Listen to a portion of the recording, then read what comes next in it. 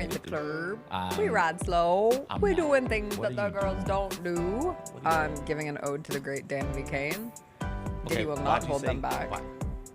You know the story about Yes, Danby. I know the story about Danby Kane. That he was trying to traffic them. Yes. Good grief. Justice for Aubrey O'Day. Yeah. What was the song? Wild Things. Or, I'm sorry, Wild Thoughts. I shouldn't say Wild Things. No, instead it's DJ Khaled. Wow. Wait. I think I just did wild thoughts to work. Yeah, you did. Yeah. You went different Rihanna song. They all kind of sound the same. I don't know if you can take it. Oh, yeah. Naked. Who else is on that? Who's the dude? DJ Khaled. No, there's a singing dude on there, isn't it? No. Yes, there is. No. Yes, there is. There's absolutely a I singing don't know dude who it on is, though. Yeah. I knew it was a singing dude on it. Rihanna and DJ Khaled. We the best music. Another one. Who is it, Jacob? Yeah, who is it? Please tell me. I'm trying to find it now. Also, how does DJ Khaled get to be? All right, his name is Bryson Tiller. Bryson Tiller, yeah. I don't know him. Yeah, he's great. He's an R&B cat. All like right. a smooth, strict R&B dude. Like if you're listening to His today's second studio R&B, album, True Self. Play me a song. You've heard Bryson Tiller. All right. I'm pretty sure you've heard a Bryson Tiller song. I'll listen Made to it in during the the same break. vein as a Lucky Day. Like if you put a Bryson Tiller song up with a Lucky Day song, you'd be like, oh, With a mashup. they sound I like that. similar. I like Lucky Day, so I'd probably like Bryson Tiller. Yeah, Or I probably do like Bryson First Tiller. off, you like everybody. Okay, that's not true. That is true. That's absolutely not You've true. been doing this. Hey, I'm trying to clean up my library bit And occasionally, for like a year and a half. I'm sorry, how am I going to delete you've Wild deleted 2 Thoughts? songs. I've deleted more than 2 songs. How many songs do you think you've deleted? Probably 10. One hand. One 10. hand. There's no way it's 10. One hand. No. 4 at max. 4 you know, at max. I was just pulling up new music to tell you someone I don't like. Who? And I feel bad saying it, but like, I don't like Jelly Roll. I'm whispering it. You don't like what? I don't like Jelly Roll.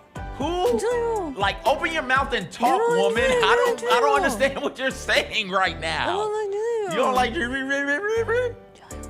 Who? Jelly Roll. I don't understand. Jelly Roll, CJ! Okay, thank you.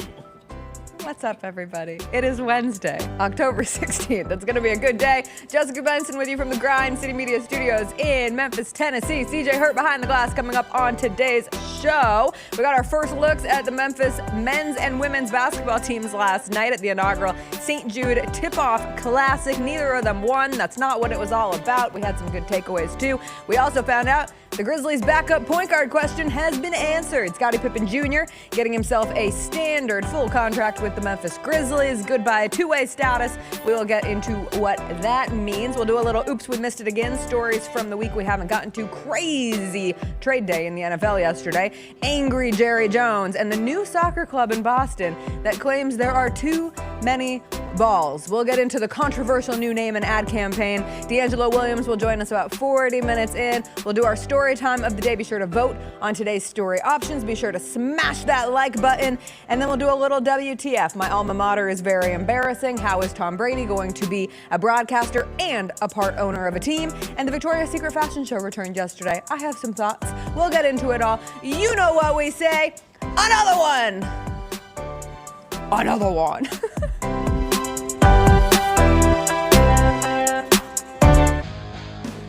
Grizzlies fans know it's the team that gives you the edge. Big River Steel does too. And much like the Grizzlies have recruited legendary talent, we want you to be part of our team. Are you ready to be part of something legendary? Then visit www.bigriversteel.com. That's www.bigriversteel.com.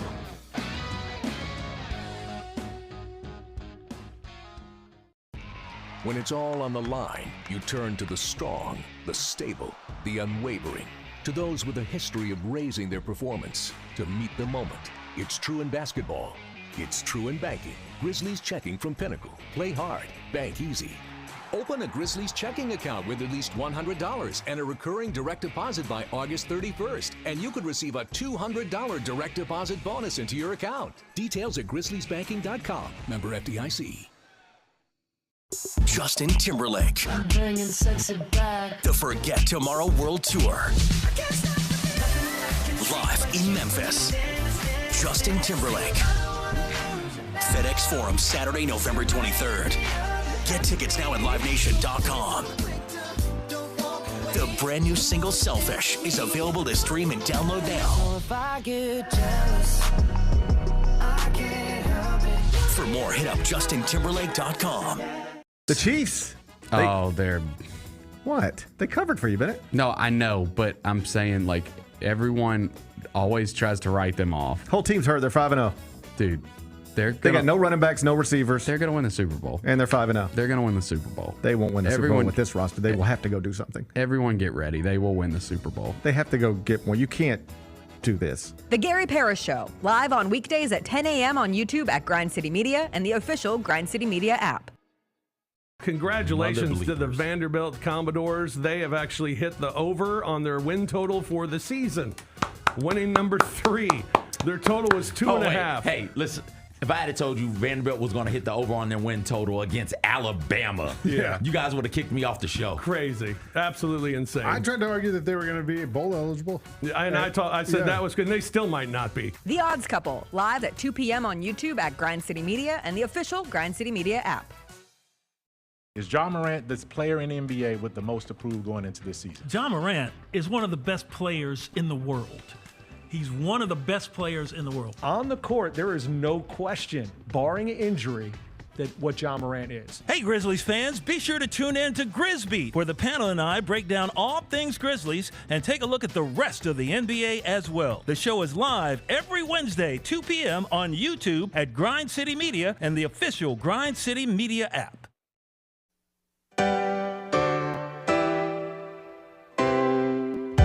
Feels great to feel the sunshine. Gotta own a day like it's all mine. Just got paid in his own time. Been working hard, I've been on the grind. I deserve this feeling, having my way. I've been on this healing. This is my day. The sun's out, let's have a little fun now. I wanna let it all out. That's what it's all about. Cause I deserve this feeling, having my way. I deserve this healing. This is my day. Grind City Media presents The Jessica Benson Show with CJ Hurt. Live from the Grind City Media Studios on YouTube at Grind City Media and the official Grind City Media app. What's up, everybody? Happy Wednesday. You know what they say, if you make it through Wednesday, you can make it through the week. And by they, I mean me, and I say it all the time. There was a chill in the air this morning, CJ, a real chill, an under 40-degree chill. I wish I had a turtleneck. A chill, that's damn near, that's basically freezing. It was cold. It's freezing right now. We've turned our air off. And You're trusting? I'm not sure how much longer we will be able to exist with the air off and the heat not on. When I got up this morning, the house was out on like 60. That's way too cold to be living in for me. So we got to figure out some things. Extra socks. Extra blankets. Extra socks. Turn the damn heat on. Or just turn the heat on. Turn the damn heat on. Turn the heat on. It's not my bill, so I can't tell her what to do. That's fair. her bill. That's fair. I was a little chilly last night on the couch watching so many sports. It was a very busy night of viewing for it to be a Tuesday in October. I added at least 2 innings to my baseball tracker. Let the record state. Jacob might know where the counter is. The counter has been lost. It has been gone. It has been forgotten. But not me. Nobody has shown Kyra where it is. That's on you because you know I'm going to blow you out of the water. I don't know where it is. Why would I know where it is? I don't know. Jacob knows. Jacob knows where it is. Jacob's going to add it up. We've got a guest appearance by other Jacob today. Other Jacob's here. He'll add it up. Well, He'll show please Kyra. add at least, I think, round up to 7 innings since the last time we officially added. 7? Yeah. I've watched a good amount of playoff baseball. And I watched at least 2 innings last night. You watched 2 innings yesterday. Where are the other 5 coming from? Other playoff games. I've been watching the postseason. This is the first I've heard you say. That is baloney. It is not baloney. I almost said that's bull. It's not baloney. You almost had me saying BS. before Bologna 8, stuff? 10. Yeah, bologna sandwiches. That's bologna sandwiches. Anyway, I watched 2 of the. I actually watched more technically, but we were going back and forth, and I'm not going to cheat this game. If you're going back and forth, that counts. I know, but it wasn't a full inning. You watch half an inning? It was just like little bits and pieces because I had that. No, I don't know that if you doesn't watched. count. Wait. Did you watch the Battle of the Belt between South Alabama and Troy? Because why are they battling for belts? that's their rivalry thing. I don't know. At one point, Did they get Louisiana spanked? Tech, New What are we Mexico doing? State popped up, and it was like 2-4, 1-4, and Chris was like, "Why is this game on television?" I said, "Because it's football, baby. Because it's great." Shout out New Mexico State with the win, and then we had exhibition basketball on ESPNU last night from right here in Memphis, Tennessee. Anytime I see that M Bridge come up on my TV, I get real excited. I know you have feelings about the M Bridge this morning. I know. Was Regions on the M Bridge last night also? No, it was still light outside, and they showed a dark shot of Memphis. And you know what? That's something that really grinds my gears. Like, just use a live shot, or at least have in the bank a daytime shot, an evening shot, and a late night shot, because it was dark in the intro video that they did, but the game started at 6. It's not dark yet at 6, baby. Like, come on. The bridge, I'm looking at the bridge out my window. It doesn't look like that at the moment.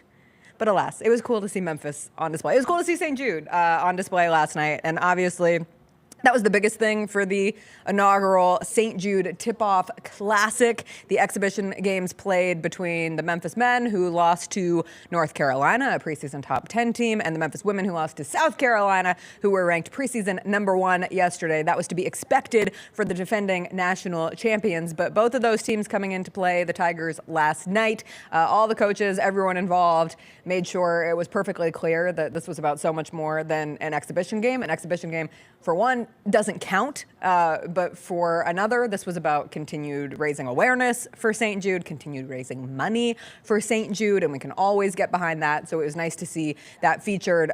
Some of the comments last night, like Dawn Staley, if you can go back and listen to her speaking on the importance of St. Jude, I thought it was really poignant after the game. We had Coach Alex Simmons on our show this week, and just the understanding of how big St. Jude is, not just for Memphis, but it's awesome that it's here, but the national and the truly like the global impact that it has in the fight against childhood cancer, which is excellent. I'm realizing I could have worn this sweater to the event last night because I would have blended in with all of the North Carolina fans who exist in Memphis. I was pretty shocked how many North Carolina fans were at the game last night. Like, it's something that stood out, right? Like when they're showing crowd shots, when I was seeing things on social media, it's like, that's a lot of North Carolina blue. I love me some North Carolina blue. It's a very pretty shade of blue, hence me renting this sweater. I did not intentionally wear it this morning.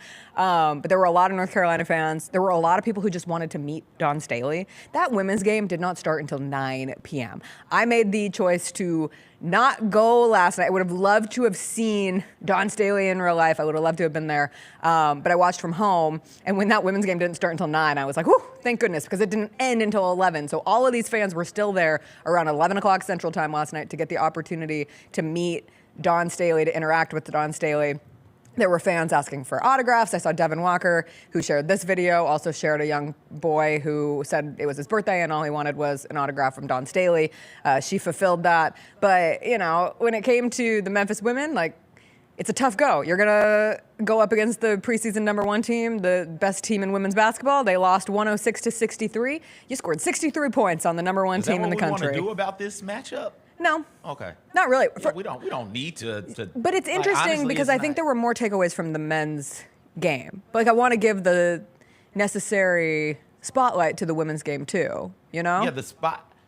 Look, it's preseason. Doesn't matter. I made my opinions very clear about preseason events. Yes, when I was texting you about this game last night. I was so confused. I'm like, what are we talking? You're like, what game? I think this is the story coming out of this event should be, look how passionate the city is for basketball. Mm-hmm. Not Tigers basketball solely, but just quality basketball. To see that crowd post 11 o'clock on a Wednesday or Tuesday night, going into Wednesday morning.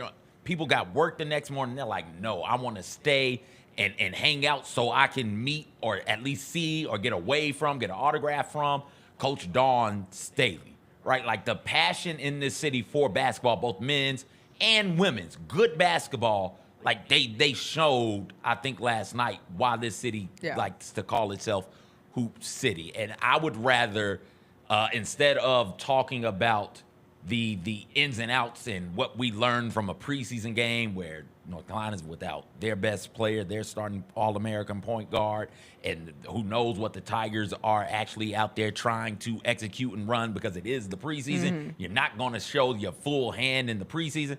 I'd rather look at it more from is this something that can grow? What does growingness look like standpoint perspective, if that makes sense? I do think, I don't want to cap for the crowd. It was a fine crowd. I think over 8,000 people, which again, for an exhibition game, 8,000 people for a preseason. It doesn't look glorious on television, but I was impressed with the crowd. I've seen some people complain about the crowd size, and my honest takeaway while watching it was, wow, there were more people there than I expected to be there. Also considering, some of the, this is new. This is something people didn't know about, how you market that, how you get people to buy tickets. There was a late surge. I know some tickets were donated for young people to go. But in terms of growing it, I do think this has some juice. St. Jude has juice, and that gives Memphis juice. And so if you can show some interest there, perhaps this does turn into something down the road. Think about where it matters. All the coaches who... It matters, but where it counts towards its season. Think about all the coaches who are affiliated with St.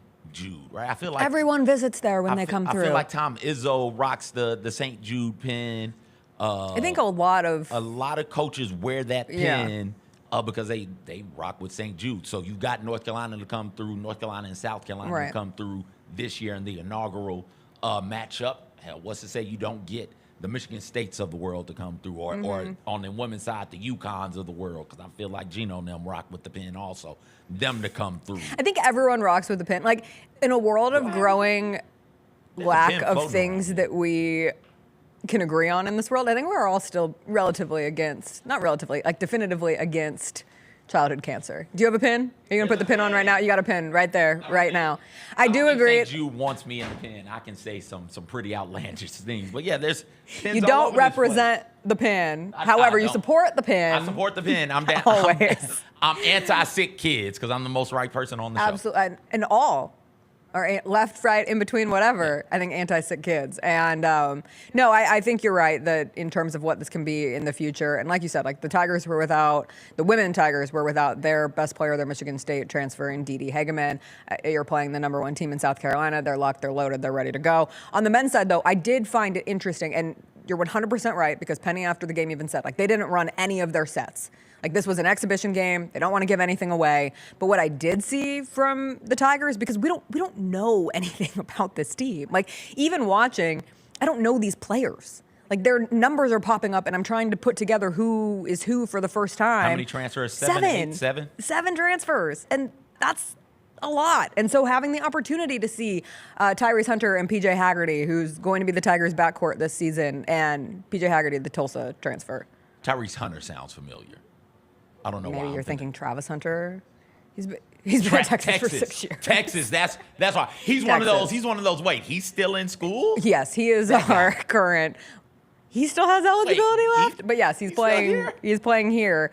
I liked how Memphis was physical defensively. I thought there was an intensity there that maybe has been lacking in past seasons because again, it was an exhibition game and they started trailing down the stretch. And that North Carolina team, even without R.J. Davis, they're really good. Trimble for North Carolina had 33 points. He was just torching Memphis. Between the two teams, they had 40-plus turnovers. But Memphis was forcing just as many turnovers as North Carolina was last night. And they came back into it at the end of that game where they could have just laid down and said, this is an exhibition game, we don't care. They showed a care factor that I thought was promising. And even Hubert Davis at the end, North Carolina's head coach, in his post-game remarks, he said 100% in his mind, Memphis is an NCAA tournament team, which I know it is October 16th. So why are we doing because that? He said it. Those are words that were said last night by the North Carolina head coach, the coach of the number 9 preseason team in the country, a team that has championship goals of their own this season. And he said Memphis is one. He didn't have to say that. But that's not how you get into the tournament. Of course it's not how, but it's a good. It's better than them going out there last night and getting absolutely smoked by North Carolina. It's preseason college exhibition. It's what you want to see, though. Can you imagine if Memphis goes out and loses by 20 to North Carolina? It wouldn't have mattered any more or any less. You'd be a little more. I wouldn't be concerned about either. I would. Okay. Well, you have big games coming. I mean, it's October 16th, but your season starts November 4th. You have one more exhibition game, and at least you had an exhibition game against a team that is a real team. no disrespect to other teams that you play exhibition. They're going to games play against. Alabama also. Soon. Yeah. They're going to play Exhibition. Yeah. So like they have real opportunities here to do see what? In to see exhibition. what you have. To see and what I saw last night, you might not have a lot of shooters. You might need to figure something out. You don't got a lot of shooting. Shocking. Memphis is void of shooters. You're a hater.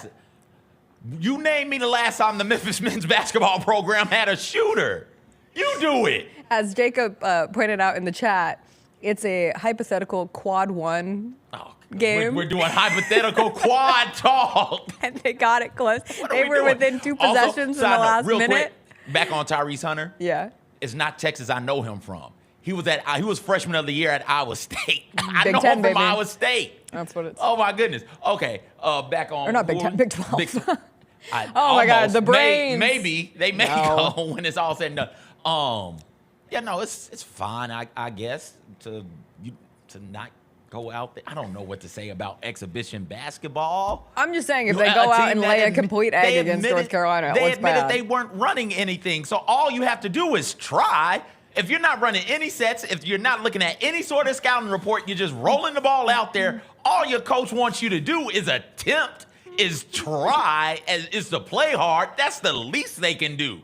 I'm not going to pat these dudes on the back or get high on Hubert Davis saying, oh, this is absolutely this is a tournament. You hadn't played anybody, Hubert. How do you know who's a tournament team? Why do y'all make me be this way? I don't want to be this way, but you guys make me do it by overreacting to every little thing this basketball program does. My God, Hubert Davis has played nobody this year. And he's like, oh, yeah, no. Of the teams I've played, Memphis is absolutely a tournament team, which makes sense because you've only played one team, Hubert. Only played one. Go ahead. Did you break your necklace? You yelled so hard. Did You my yelled hate so hard, my break your necklace necklace? popped off Was my neck. negativity so profound it broke your necklace? Yes. I'm sorry. I don't want to be this way, though. Yes. I don't You like are doing this. You are just over a month away from the Maui Invitational, where you're going to have to play UConn, where you're going to have to play either Colorado or Michigan State. Like, this is foundational opportunities to build for a team that has never played together, CJ. 7 transfers. They have 1 player from last year, Nick Jourdain. He's back. That's it. I really did like their freshman, Jared. God, I can't think of his last name off the top of my head. Jared Harris, their freshman last night. I liked him. He was good. So they have some good pieces. But you have the opportunity to play exhibitions games against North Carolina, against Alabama. My God, it's actual legitimate competition that can help you shape some things with the team. You don't have to run your sets. You don't have to show your hand. But you can learn how to play together. This is the way we live. You don't listen to Gary Parrish when he comes in here and tells all the statistics about teams that are full of a certain number of transfers and the lack of success they've had. A part of that is because they don't gel together. That was step 1 of gelling.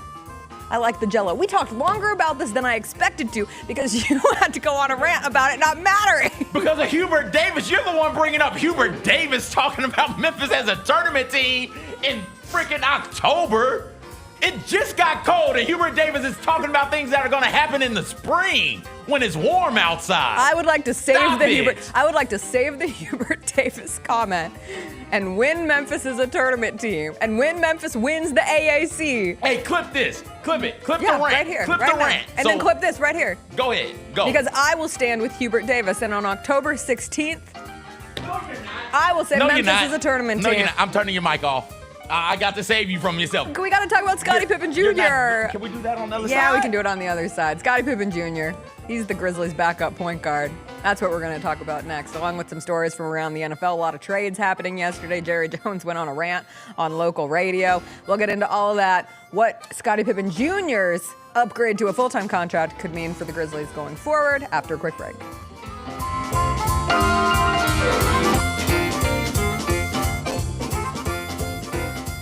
We got to talk about the best wrestling that we watched all week. You're up. I think Brunson Reed and Braun Strowman put on a 5-star match in 60 seconds. I've never seen it happen before. Brunson Reed chunks the fan at Braun. I'm like, where the hell that dude come from? I got a tweet saying it's a good thing they're not in Memphis, or else that would have been one of the Memphis wrestling guys getting hurled. Exactly. Tune in to Grind City Wrestling weekly on the Grind City Media app and on the Grind City Media YouTube channel. Let's face it, There's a lot of trash talk in basketball, but the great teams let their performance do the talking. Like Ford F-150 with Pro Power on board, a class-exclusive industry-first feature that turns your truck into a mobile generator and leaves the competition speechless. Ford F-150, official truck of the Grizzlies. Greatness starts here at your Mid-South Ford dealer. Class is full-size pickups under 8,500 pounds, GVWR. Sonic Radio. Welcome back to Sonic RNDIO. That spells radio with me, the CIO. This just in, the new Sonic $1.99 menu lets you build a crave-worthy meal for just $1.99 an item. Whether that's a creamy shake, crispy tots, or a quarter-pound double cheeseburger. This just out. Ostriches. They're mean, not very cute, and in my opinion, way too big for a bird. Don't miss the Sonic Fun 99 menu. 5 items, always $1.99. Live free, eat Sonic. Tax not included. See menu for details. Somebody else we have not seen in a long time is Morant. Since you've seen him, does he look any different to you, or is this the same superstar Ja that we were used to? He's always getting better, so you just got to watch out for that. That's. And it's a revenge tour. Yeah. It's a revenge tour, like hey, the world's forgotten about me. And I don't think they forgot. The Chris Vernon Show, live on weekdays at noon on YouTube at Grind City Media and the official Grind City Media app. The Chiefs. They're... What? They covered for you, Bennett. No, I know, but I'm saying, everyone always tries to write them off. Whole team's hurt. They're 5-0. Dude, they got no running backs, no receivers. They're going to win the Super Bowl. And they're 5-0. They're going to win the Super Bowl. They won't win the Super Bowl with this roster. They will have to go do something. Everyone get ready. They will win the Super Bowl. They have to go get one. You can't do this. The Gary Parrish Show, live on weekdays at 10 a.m. on YouTube at Grind City Media and the official Grind City Media app. Is Ja Morant the player in the NBA with the most approved going into this season? Ja Morant is one of the best players in the world. He's one of the best players in the world. On the court, there is no question, barring injury, that what Ja Morant is. Hey, Grizzlies fans, be sure to tune in to Grizbeat, where the panel and I break down all things Grizzlies and take a look at the rest of the NBA as well. The show is live every Wednesday, 2 p.m. on YouTube at Grind City Media and the official Grind City Media app. What do you think about this matchup against the Pirates and the Bison? Well, the first thing that comes to mind is who in the hell put Gus Johnson as the notable alumni selection when we got Kamala Harris right now? That's more relevant. It's 28 people I would have named before I would have got to Gus Johnson. My assumption is, Mike, Hampton will find a way to come up again. Get all of your HBCU sports and culture news by tuning in to HBCU Huddle with CJ Hurt and Mike Wallace. New episodes drop every Thursday on grindcitymedia.com, YouTube, and Spotify. Doom, doom, doom. Oh, yeah, yeah, yeah, yeah, yeah.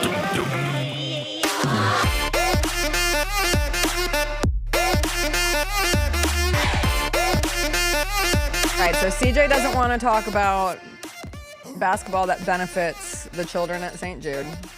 I don't want to talk about basketball that benefits the children of St. Jude in hey, guess who's a tournament team all of a sudden in October?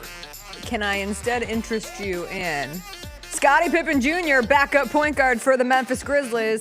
I called it, we called it, those of us who have been all aboard the Scotty Pippen Jr. hype train? Hive? I don't know what we're calling the Pips. Scotty and his Pips. We are here. Scotty we have been Pips, loud. baby. We are still upset that he did not win Summer League MVP. But Scotty Pippen Jr. did get a full contract with the Memphis Grizzlies, getting elevated from his two-way contract that he was previously on. And this would suggest that the backup point guard mystery is over. Who will officially be that backup point guard for the Memphis Grizzlies on the roster? It is Scotty Pippen Jr. It felt as if it was trending this way from Zach Kleiman's comments at Media Day, from the team's comments, from Taylor Jenkins' comments, all leading through the preseason. And listen, Scotty Pippen Jr. has not had a blow everybody away preseason, and I think it's a testament that he still got this contract upgrade to the work he has put in, to what he has proven, to what he has done, both in his opportunities with the team last year when he joined the team mid-season. They needed bodies. They needed someone to play point guard. And Scotty Pippen Jr. ends up starting 19 games for the Grizzlies last year, which was really his first full-blown opportunity to perform in the NBA on a nightly basis, and he averaged 13 points and 4 assists in 21 games of action. Here in Memphis, we saw him continue to take steps forward in Summer League, not just as an offensive-minded point guard who can lead this offense, who has good IQ, good floor vision, is able to get to his spots, able to get some shots, but also what he brings defensively. Like, he's a dog, and really showed that both in Salt Lake City and Las Vegas, and the energy has been there for him, and now he has the opportunity to do so. And this is the Grizzlies' third player that they have elevated from a two-way contract to a full-time contract in the last year, from Vince Williams Jr., Gigi Jackson, and now Scotty Pippen Jr. You throw in John Conchar, who started as someone playing for the Memphis Hustle as well. I think it's a big testament to the Grizzlies' developmental system and how you are putting guys in positions to ultimately earn their full-time spots with the Grizzlies. So this takes care of that. That does mean that the Grizzlies have a two-way contract available.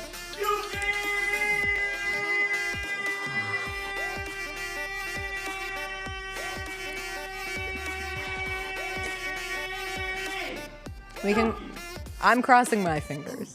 Listen, I don't know what they're gonna do. Strategically speaking, there are many different directions they could go in filling a need. Do they feel confident in their front court depth with what Jay Huff has given you from his spot? Ooh, excuse me. And do they have enough depth there where they look at 5'8" Yuki Kawamura and say, all right, we've got our backup point guard on the main roster. Let's see what we've got in Japanese sensation Yuki Kawamura. Short A Otani. Yuki Main, Yuki-O. If you have other Yuki nicknames, give them to us, because I just want to be perfectly clear. We've been on the Yuki Kawamura bandwagon for on a that long Yuki train time. before me. I did. You did. I did. You pulled me on, though. I usually don't hop on trains. No, you don't. But I'm riding this Yuki train. You don't. You might be the caboose. No. You're like fully towards the front, because now everybody is on board the Yuki Kawamura You know what other train. train I'm on? Preseason basketball doesn't matter. I'm the You're the engineer, conductor. the conductor of that train. I am on the with the extra roster spot. What's up with Kai Soto? Where he at? What's going on there? Where he at? Let's Where go he at? Let's go Where he get at? Now, Soto, there you go. baby. There you go. Soto and Yuki? I would like to. No, we're not ready for that. I would the like United to- States ain't ready for that type of invasion, man. No, I don't think they're ready yet. The Asian invasion, baby. They're Let's not get ready. it. They're not ready for it. I do keep getting tagged religiously in Kai Soto highlights on TikTok. And someday, I'm rooting for Kai Soto too. But in the interim, I think, from a two-way contract standpoint, you have Jay Huff, you have Cam Spencer. That's going to present a lot of fun opportunities in South Haven, whether Yuki Kawamura gets that two-way spot or not. If he does have the opportunity to play for the Memphis Hustle, that's going to be a fun team to watch in South Haven. Like, sign me up. I will be making the trip down to Lander Center to watch a couple of those games because, one, I love the Memphis Hustle, and two, it's a fun group of guys to watch, and I look forward to seeing how it continues to play out. But congratulations to Scotty Pippen Jr. I saw a lot of players responding to it. He's someone who has, kind of like inserted himself into this group, and he is very much a part of this team. There were a lot of people rooting for this to happen, and now that it has, the Grizzlies can move forward on that step of their preseason. Still one roster spot available, and we will see what that is. All right, let's do some Oops, We Missed It again. Topics from the week that we have not yet been able to get into. Yesterday was a busy day in the NFL. The Davante Adams news broke towards the end of our show, so we had our in real-time reactions to, is Davante Adams going to save the New York Jets? No. Receiving, I don't think it was their massive problem. However, he was already there. I love the thought that Davante Adams was just like chilling in a cab, waiting for the call that this trade had been made official. His hamstring will, I hope, for the Jets' sake, suddenly feel much better. That's what the doctor. Are you Project Petter? I might be. Project Petter. The doctor said his stuff would be good in New York. Yeah, of course. He's only allergic to Las Vegas right now, so leaving Las Vegas was. It's the heat. Heat heal. can make things feel worse. Sometimes like you're trying to figure Are out, should I ice it? outside? Should I heat it? The Jets? No, the. Oh, in Vegas? No, they're in a dome. Yeah. But it's the thought of the heat. It's the thought that counts. Sometimes you're just like, oh, it's so hot outside. I'm hot right now. My hamstring. Ow! I did think it was just so telling that Aaron Rodgers popped up on his Pat McAfee appearance yesterday, and who was there? Davante Adams, just ready to go. Two buddies back at it again. That was not the only receiver that we had on the move yesterday. Amari Cooper was traded to the Buffalo Bills. Amari Cooper did not want to be in Cleveland. Like, it has been increasingly clear that Amari Cooper no longer wanted to catch balls from Deshaun Watson, and now he gets to catch them from Josh Allen instead. What a glow up for Amari Cooper. Just an instantaneous life improvement from going to the quarterback who has been the worst quarterback in the NFL this season to getting to go be a name brand receiver for Josh Allen, who has been throwing the ball to a bunch of people who, if you're not a real one, you don't know them. Like, you don't know the Bills receiving corps. You don't know Keon Coleman. You don't know Shakir. And now you have Amari Cooper, who is by all means like a name brand receiver, and he gets a new life and no longer has to play for the very sad Browns. Very sad Watson at quarterback. Just the upgrade in the quarterback The very sad position. Watson Browns. Yeah, like that's... Yeah, call them the Watson Browns from now on, so there's no mistake about how scummy this franchise is. So when we think about how bad they are, it's like, oh no, you've earned this, karmically speaking. But no, it's a big time quarterback upgrade, and he's somebody that will make life so much easier, not just for Allen, but for all of those other receivers. He can still go up there, 50-50 balls. Like, there's not many receivers in the NFL right now I'd take over Amari Cooper. Every year he's had a competent quarterback. He's put up good numbers and been a part of a large reason why that team that year was winning games. So getting them over there with Josh Allen, that's a good get for the Buffalo Bills.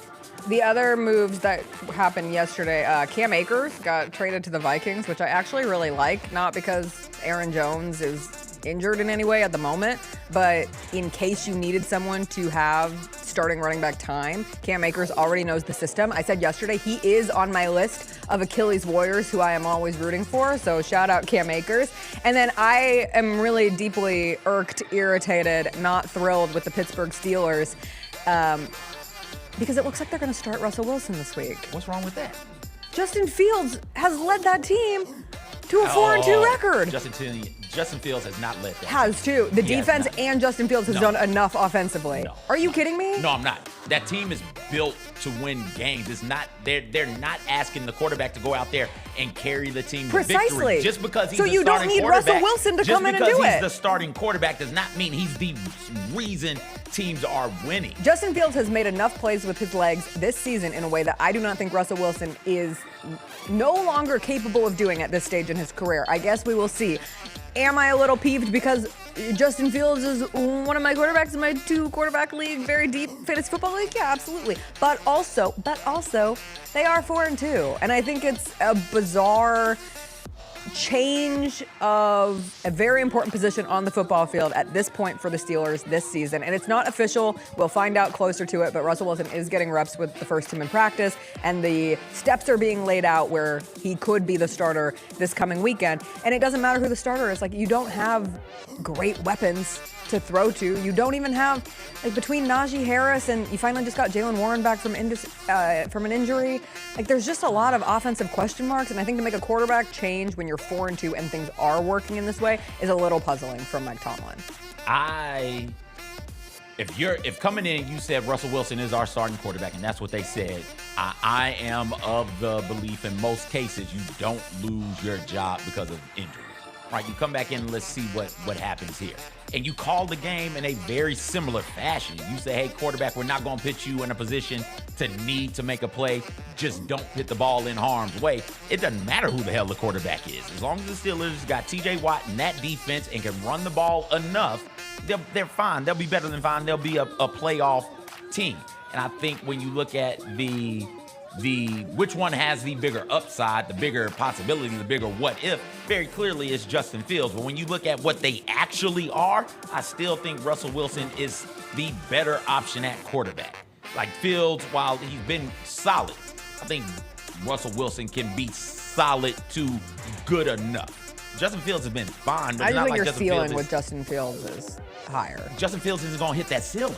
The potential has to be actualized at some point. He hadn't hit that ceiling in 6 games. He had 6 games to go out there and hit that ceiling and push through it.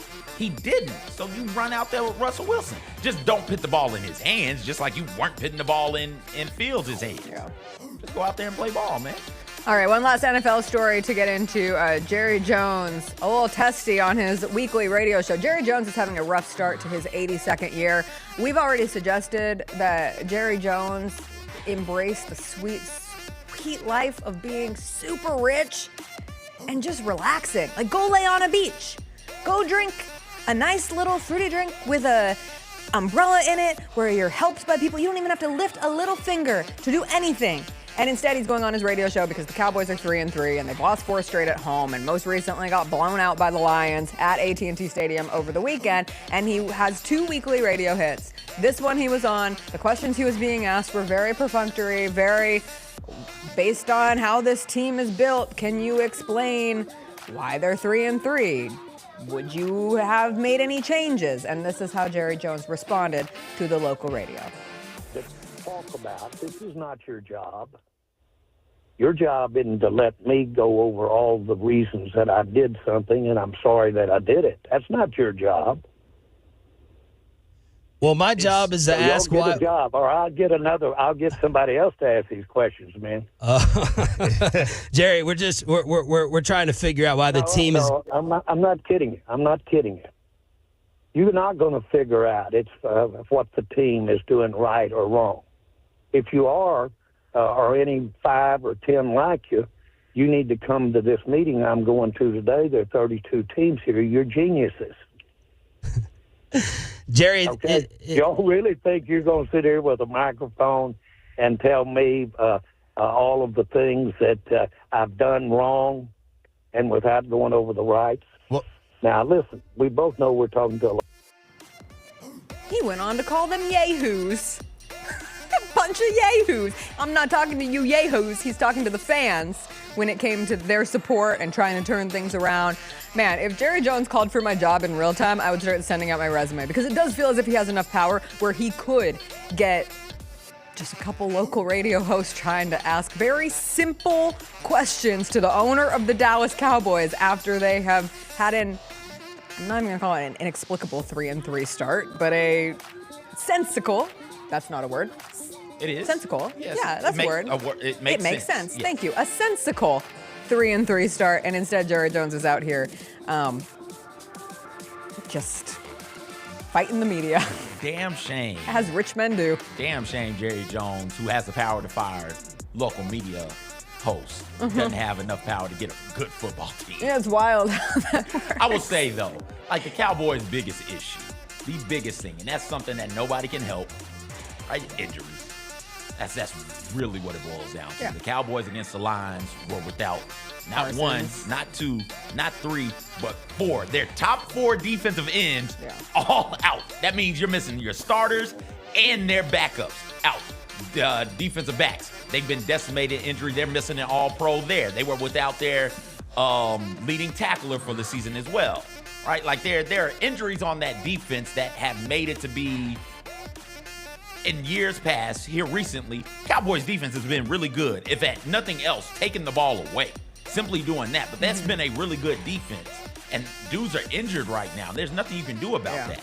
I think it's just hard because those hosts were throwing pretty soft questions. Like, you have to do your interview and you have to address, it's not the elephant in the room. It's very obvious. Like, this team is underperforming, and I think for Jerry Jones, I don't want to say completely uncharted territory, but this team has managed, despite not winning much in the last 20, 30 years, has managed to stay relevant. And the fact that through 6 weeks and through 6 games, you have people asking, is the Dallas Cowboys season already over? Jerry Jones is in a position where he might be a little more easily irked or defensive than in seasons past. And he always is going to speak his mind. He is 82 years old, damn it, and worth a whole lot of money. So he can say what he wants, but don't threaten the jobs of the people that you're answering questions to. That's lame. Lame behavior. I would have laughed in his face. Like Jerry. They tried to laugh it off, and he kept going in. No. I'm not laughing it off. I'm laughing in your face. Jerry, shut your old ass up. I'm not dealing with this. Your team just got beat 47-9, and you can't handle this? No wonder your team is a bunch of bums right now. Get out of here. All right, we got to take a quick break. We'll move some of these OOP stories into WTF. I cannot wait to talk about the new Boston soccer team, the NWSL team that announced their new name and had a wild ad campaign that has people really not too thrilled with women's soccer in Boston, plus a USC story that just makes me embarrassed to come from my alma mater. We'll get into that in WTF after we catch up with DeAngelo Williams. He'll join us in the next segment. We never know what we'll talk with him about. We'll find out after a quick break.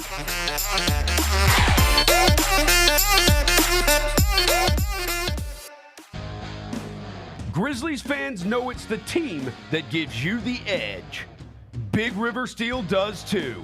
And much like the Grizzlies have recruited legendary talent, we want you to be part of our team.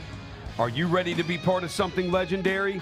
Then visit www.bigriversteel.com. That's www.bigriversteel.com.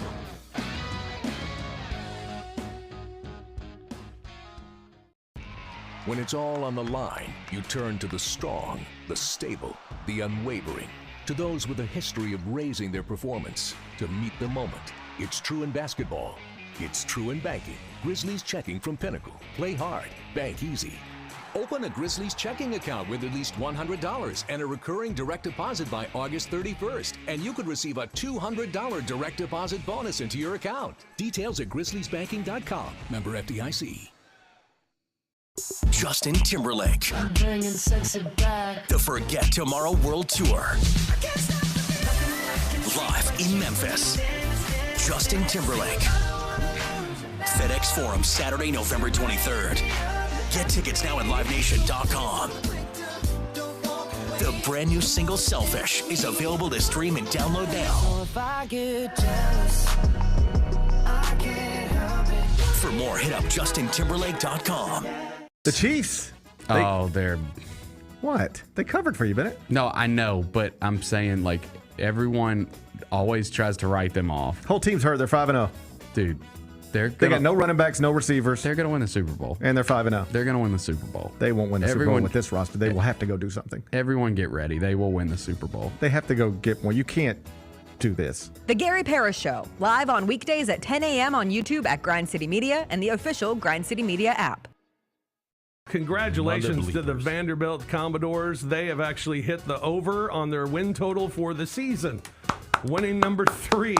Their total was 2.5. Hey, listen. If I had told you Vanderbilt was going to hit the over on their win total against Alabama, you guys would have kicked me off the show. Crazy. Absolutely insane. I tried to argue that they were going to be bowl eligible. And I said that was good. And they still might not be. The Odds Couple, live at 2 p.m. on YouTube at Grind City Media and the official Grind City Media app. What do you think about this matchup against the Pirates and the Bison? Well, the first thing that comes to mind is who in the hell put Gus Johnson as the notable alumni selection when we got Kamala Harris right now? That's more relevant. It's 28 people I would have named before I would have got the Gus Johnson. My assumption is, Mike, Hampton will find a way to come up again. Get all of your HBCU sports and culture news by tuning in to HBCU Huddle with CJ Hurt and Mike Wallace. New episodes drop every Thursday on grindcitymedia.com, YouTube, and Spotify. We got to talk about the best wrestling that we watched all week. You're up. I think Brunson Reed and Braun Strowman put on a 5-star match in 60 seconds. I've never seen it happen before. Brunson Reed chunks the fan at Braun. I'm like, where the hell did that dude come from? I got a tweet saying it's a good thing they're not in Memphis, or else that would have been one of the Memphis wrestling guys getting hurled. Exactly. Tune in to Grind City Wrestling weekly on the Grind City Media app and on the Grind City Media YouTube channel.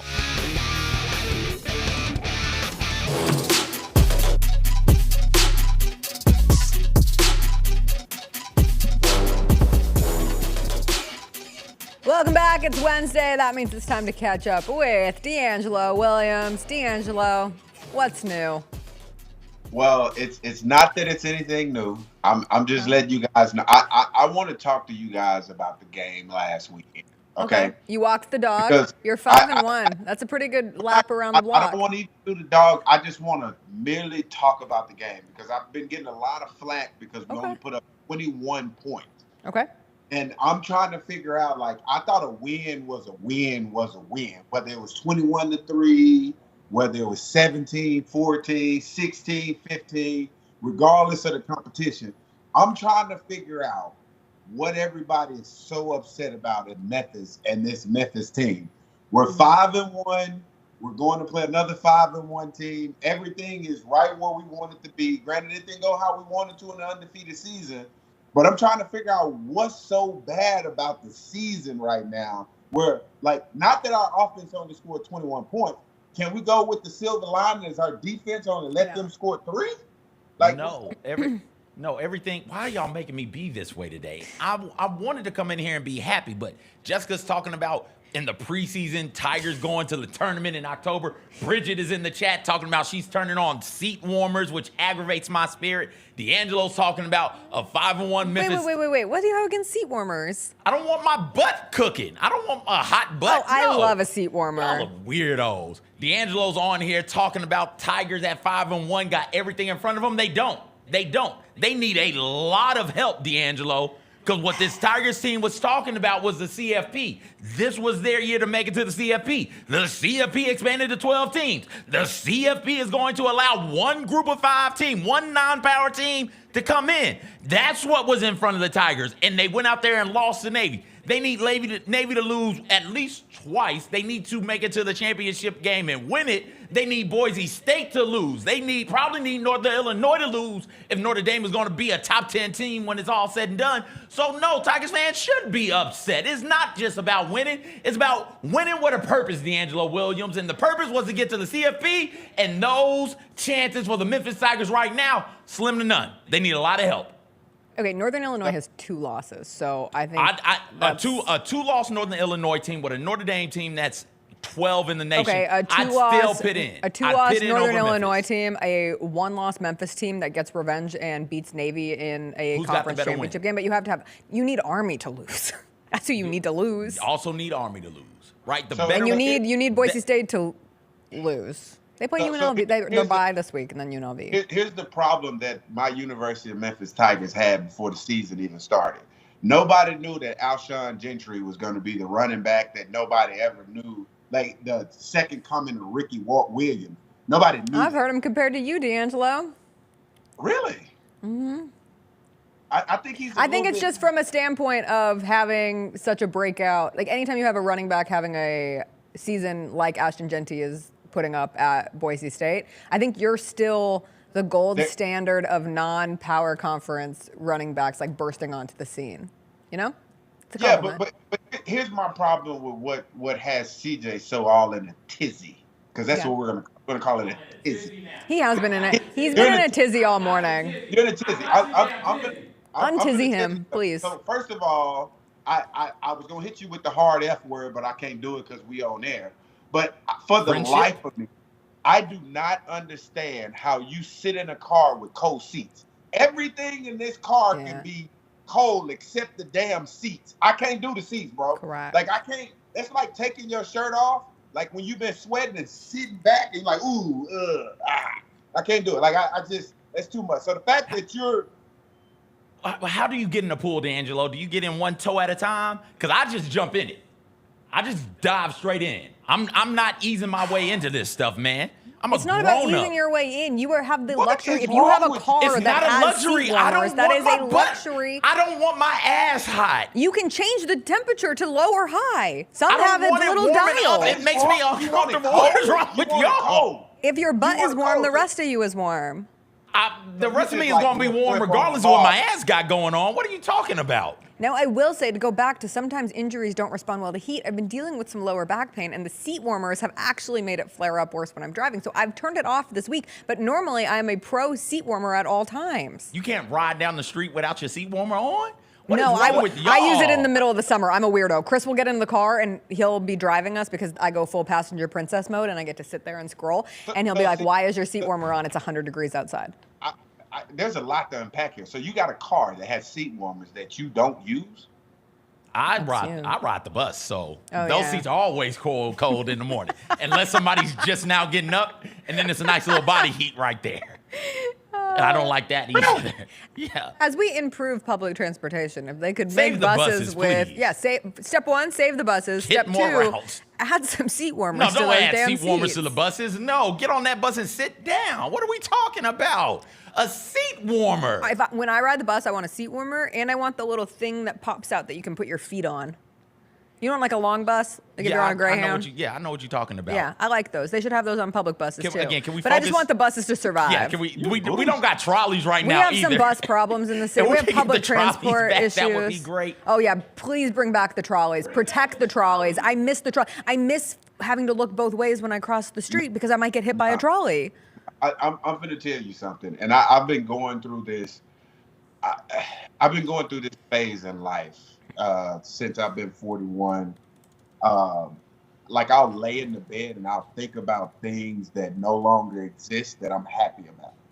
Okay, and one of those things is dinosaurs. I'm so glad that dinosaurs are extinct because can you imagine waking up having to navigate this world with dinosaurs? With dinosaurs? You bring up an excellent point. That's not that good a point. We navigate the world with giraffes and elephants all the time. We're Okay, doing but not fine. like if I'm driving down MLK to work and I have to look out for a velociraptor that's going to come through my window and rip me to shreds. A velociraptor, you mean the thing that's the size of a chicken? Yes. Yeah, Those come things on, are man. crazy. If you get them in a pack, oh my God. They're the size of a chicken. I don't want to pass into a velociraptor gang. No, thank you. You can't beat up a pack of chickens? Not a velociraptor, not with like That's what sharp a razor velociraptor teeth. is. They have teeth. What is wrong with you, CJ? Yeah, he is on one today, DeAngelo. You lose your damn mind. Do you understand what's going on? That's not just a chicken, bro. That is a chicken that's trained to kill. That has really sharp Like teeth. if you see oh shoot, hold on. That's like snakes, bro. Like snakes don't look mean. Like imagine you have to cross It's this. not that big. Like, it's not that big. Why did this chicken cross the road? To eat your damn face. Like not to get to the other side. Like that's a dangerous chicken. You're afraid of snakes also? Like get out of here. Just stomp on the snake's head. Just 8-count stomp on that thing and keep it moving, dog. What are we doing? Bridget in the chat would like to know, have you had carbs today? Do you need something? No, what I need is for people to stop being aggravating. Do you want a pancake? I would love a pancake. Yeah, y'all are being aggravating. Y'all are Wait, afraid of DeAngelo, I wanna dinosaurs get back- the size of chickens. I want to What get are we back. talking about? I want to get back to the point that you brought up, DeAngelo, because I think it is important, and I have given it some thought going into this week because there should be more energy on this Memphis North Texas game. Yeah. Like I'm putting together my games of the weekend in college football, and locally, like I will be picking Memphis North Texas because it does still matter. Like Memphis is 5-1, and I understand that the frustrations attached to feeling like a season is lost because of one loss, like that's your positioning within the American, and that's the nature of college football because they can't make the college football playoff. I'm not saying they can't make the college football playoff, but they do not control their own destiny. And so some people have just tuned out. But for me, that takes away from the entirety of the season. There's still a season of football to be played and to be successful within.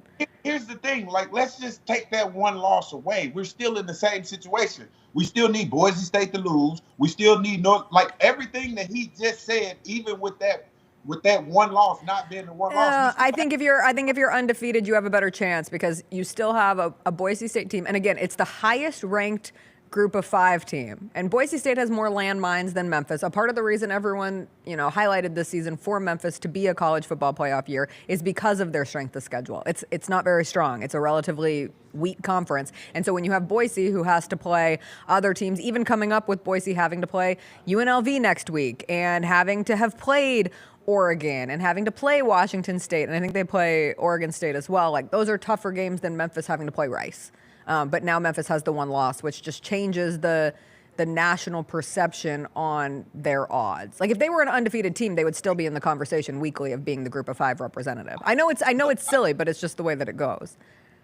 If you would have told me in 2002 that we'd be sitting there having this conversation in 2024 about people being pissed off the Memphis Tigers has one loss and not making it to the college football playoffs, not controlling their own destiny, I would tell you that you have lost your damn mind. You're crazy, and there's no way that program is going to make that turn that fast and be that consistent. But we are. That's the nature of this. This is what I don't understand about Memphis fans, okay? there's no right way to skin this cat. And when I say that there's no right way, like, hey, we need a better schedule. We could put a better schedule together. Then it's like, okay, we need to win more games.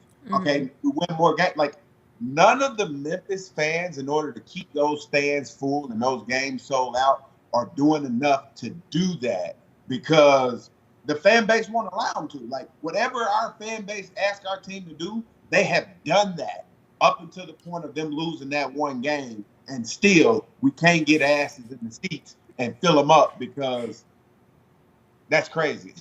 Okay, CJ, if I ran into these are any the size of the these- dinosaurs you're acting like you're scared of. I don't care. Do you know You how can't fast be- they are? Give me their speeds. That one looks a little fat and slow, but like the rest of them are pretty Yeah, damn they're the fast. size of raccoons. Y'all like, no, That I'm is glad not the size of a dinosaurs don't raccoon. exist. A I raccoon can't does not handle go. it. No, A raccoon does not go up to my hips. That one's all the way up at your. Well, your first of breast. all, that's Makembe Mutombo walking. That's not the Dikembe. That's not an average R.I.P. size guy. Rip to the great Dikembe Mutombo. Y'all are scared of things the size of reindeer. Okay, that of thing's deer. huge. Like, come on, man. What are you talking about Fine. here? I would love None to of see these CJ. things scare me. I would love to see CJ encounter a Tyrannosaurus Rex That's in the different. wild. That's a giant. I don't want to see that either, but you're not going to come across a T-Rex in the wild. That's not true. You don't know how. You don't know I do know. the amount of these dinosaurs in various pockets. Like okay, just that's a because big the one right dinosaurs. there. All right, that's big and sharp. No, but that one's isn't that a That's an herbivore. An herbivore, right? That is an herbivore. Those look like okay, they now eat we're you. getting the big ones. It's taking us 5 minutes to get to the big ones. If you're that's look at not- this but that's giant not- right here. Yeah, Like, that's it- gonna kill you. This is the problem that I have with that, though, CJ. Every morning when I get up to walk outside, I have to think about these things. No, you like, don't. I gotta, How- like, damn, I don't want to bump into. I mean, you we got would. hippos, we've got rhinos, we got moose, we've got bears. Yeah, but like, we've we got don't have large hippos animals. in Memphis. Like a They're hippo is not crawling out of the Mississippi River to say good morning. Bro, do you realize that everything that just walked by us in this picture that you showing us can kill us? Well, some of them are herbivores, so let's not call them but murderers they're without still the. they're still Well, they sharp. are murderers I'm here for because animal they're rights. herd animals. They're After herd our animals, interview so they yesterday. can run us over. They I'ma tell you could. what I didn't Why do all see these in any of dinosaurs these have pictures. so many spikes? Exactly, I didn't because see they're there to one kill cow you. walk by. I didn't see one cow walk by. Are you afraid of a cow? If you were driving down the street and you saw Ooh, that's like an a ostrich. cow, or you I'm a- saw an ostrich, or you saw a bull, right? Like those I'm a things can firm kill you believer- also. It's a conspiracy theory. I'm a firm believer that back in those Damn, days, that's the a big dinosaur one. days, there was no cows. There was no cows. Yeah, DeAngelo, no, mammals were small. Can you That's how please we look survived at the Ice Age. Yeah, those are the big ones How coming up. our man Mutombo has gotten significantly smaller Here we because the go. dinosaurs Yeah, are yeah. huge. CJ, you doing all that talk? We still got 5 minutes left on this clip. So there's more DeAngelo, animals. Okay, you're I do not have coming to say- across these size animals in your everyday life. Of all of the dinosaurs, I would love. many damn long necks I would are love there? to ride a Bronchiosaurus. Like I think it would be you walk so outside, cool. CJ, you walk outside. You just got your coffee, bro. You got the podcast at 9 o'clock. You get up at 8:15 and you walk outside, and it's one of them standing outside. You ain't going to work. You ain't going to work. Yeah, DeAngelo, gotta you're get right. around that. But if I walk outside and I see a giraffe outside, I'm not going to work. I'm not. But looked- I've never walked outside and seen a giraffe. You're not going to walk outside and see one of these large monster animals. You don't know that. We do not. You know, if they was, you don't know that. You I don't do know. Do you not see alligators every now and then? No, have you seen an alligator? Not here, but I haven't. Okay. Where are we going? Where are we going? I've seen an alligator. Don't take me this way. I've I don't want to do this. I don't want to be like this. You make me be like this. Can I say something? Gosh. I have. We haven't seen an alligator. How many times you walked outside and seen an alligator? Never have you. You walked out and seen an alligator? Not here No, in what Memphis. are we talking about? Not here in Memphis. I've seen an alligator. I've been playing golf, and an alligator has come What are out you onto the golf doing? course. I've seen alligators. I've seen bears. And what happened when you saw I him? ran away. Okay, so you can outrun a bear, you can outrun an alligator, No, I wouldn't you can suggest- outrun a dinosaur. I wouldn't What are we suggest doing? outrunning a Why are we dinosaur. this way? No. You're so What cantankerous. is wrong with you? Everything. What's wrong with you people? Y'all got me hot under the collar over here. I feel like we really gave up on naming dinosaurs because I'm looking up the coolest dinosaurs. Because I always like go with, Velociraptor is my go-to. We all know T-Rexes. We all know Brachiosauruses. We all know Stegosauruses. But I think they kind of ran out of steam. Like, why do we have a dinosaur that's just called a Gigantoraptor? And then one called a Gigantosaurus. And then one is called a Supersaurus. Like, I feel like you just said they're big, and we're like, all right. Are we gonna? We're This is gonna a big old saurus over here. We're gonna draft dinosaurs this week. Fine. Deal. Look, all I'm saying is I'm glad that they extinct because there's no way that I could live amongst those beasts and have a successful, happy life. Because even you got a choice, CJ. If I want to live amongst alligators or crocodiles or anything like that, I can choose a place to live amongst them. I can go to Florida and live amongst the alligators. I can go to Florida and live amongst the pythons. I can go to Florida and live amongst the Florida people. Like, there's a lot of things that you can experience in Florida if you want to experience these things. If you don't want to experience them, you don't have to live there. Yeah. All I'm saying is when the dinosaurs roam this world, wherever you live, the possibility of you bumping into a dinosaur was high as hell. I was just wondering, I want to know what dinosaur meat tastes like because I know it was somebody. Chicken. Whether it was somebody put their ass on the barbecue. I know. That's what we do. We're going to barbecue something. I want to know who But we weren't there with the dinosaurs. We weren't there to barbecue the dinosaurs. No? You don't think? No, we weren't there. We weren't hanging with the swords. No, the dinosaurs existed. Before Mammals us. were really, really small. Everything was really, the warm-blooded animals were really, really small. That's how we survived the meteor strike that ended up wiping out the dinosaurs. And then so we come out. So we're around, and I just had lunch with a friend of mine, and we were talking about this, because she would love to pet a woolly mammoth. And what we got into was I would like to ride a giant three-toed sloth. And I didn't know how a giant three-toed sloth, I didn't know what wiped them out. She was like, people did. Like, no, people didn't wipe them out. But no, we wiped out the giant three-toed sloth, the woolly mammoth, that was one of the smaller saber-tooth mammals tiger. that survived. Well, it was a giant, though. Think of a sloth, but Yeah. giant, like the size of an elephant type thing. So those, or maybe this building, like that's how big those things were. Okay. And they got wiped out. So when we come along, DeAngelo, we're there with those large mammals. We're like So we're kicking it with them. 60 million years after dinosaurs. All right, let's scroll through and look at the dinosaurs native to Tennessee. Look, first of all, these are all lies, bro. How is this a lie? Go down, Jacob. These are all lies, bro. There we go. That dinosaur, you walk out, that dinosaur is going to scare you? That hadrosaurus? It's in the picture. It's in the picture in this game. What the hell you doing? Wait, I'm curious why you're saying these are all lies. You think Jack and Jill were running up a hill and checking out the T-Rexes? No, I'm telling you that I'm telling you that we lived in caves and all this, that we didn't live in harmony with these dinosaurs. We didn't live with these dinosaurs. Yeah. We talking Edmonton-saurus? Like that scares you? Are we not talking about like nomads and cavemen? Like you're saying that there was no humans at all Around when that dinosaurs lived? were around. Yeah, no, DeAngelo. We don't come till well after the dinosaurs have been wiped out. Yeah. Did you not take that in school? And even if you go the biblical route, there were no dinos on Noah's Ark. We weren't saving the dinos. Well, to DeAngelo's point, they probably wouldn't have fit on Noah's Ark. That's true. Yeah. But they could have been an ark. Like you could have, put some people on there. They could have survived the Great Flood. How long ago was that happened? Like that was after the dinosaurs? The Big Bang? Yeah. Like 60 million years ago. And then dinosaurs was what? No, the dinosaurs are like 60 million years Yeah, dinosaurs ago. go extinct 66 million years ago. It's crazy. I have to understand this though, and I really want y'all to understand me when I say this. This has nothing to do with schoolwork. This has everything to do with beliefs. You're telling me that with the communication system that we have now, which is not great today, and this is a digital age, you're telling me that we can go back 60 billion years ago to tell us like, oh no, we didn't exist, but these dinosaurs did, and this is how they live with no prior knowledge at all. Yeah, that's the incredible nature of paleontology and these people who study fossils and It's put funny that together you said, back who's your favorite skeletons and paleontologist? dinosaurs. Like name one paleontologist. The guy from Jurassic Park. Name exactly. There's nobody. Paleontologists are not cool people. I specifically like the paleontologist who does the video before the dinosaur ride at Animal Kingdom in Disney World. Isn't Indiana Jones is an archaeologist, but I think he works with a paleontologist. I ain't even gonna say I dislike you on this podcast. I'm just gonna let it roll on. I'm gonna let it roll on. We don't come through until Listen, I'm just telling you that humans weren't alive when the dinosaurs. I'm just trying to keep it basic. Dinosaurs die out 66 million years ago. We don't come onto Earth until like 300,000 years ago. Right? Like, we missed them by a time. long shot. Yeah. Yeah. So where did we come from? What do you mean? Where did we come from? Oh, that's too big of a question. When it's to, 9:06. we had to evolve, DeAngelo. What are you talking about?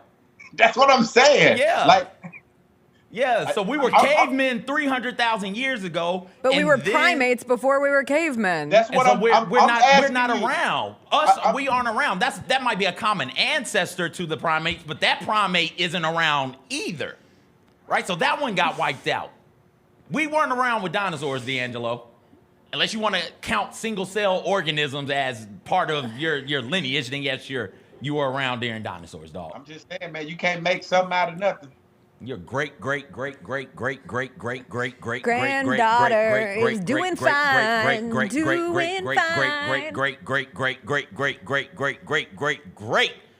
Great ancestor might have been around with dinosaurs, DeAngelo, and that was a single-celled amoeba. So there you go. But you know what? In the here and now, the Memphis Tigers are 5-1, and I appreciate catching up with you, DeAngelo, but we gotta go. Go warm your butt, I guess. I don't know.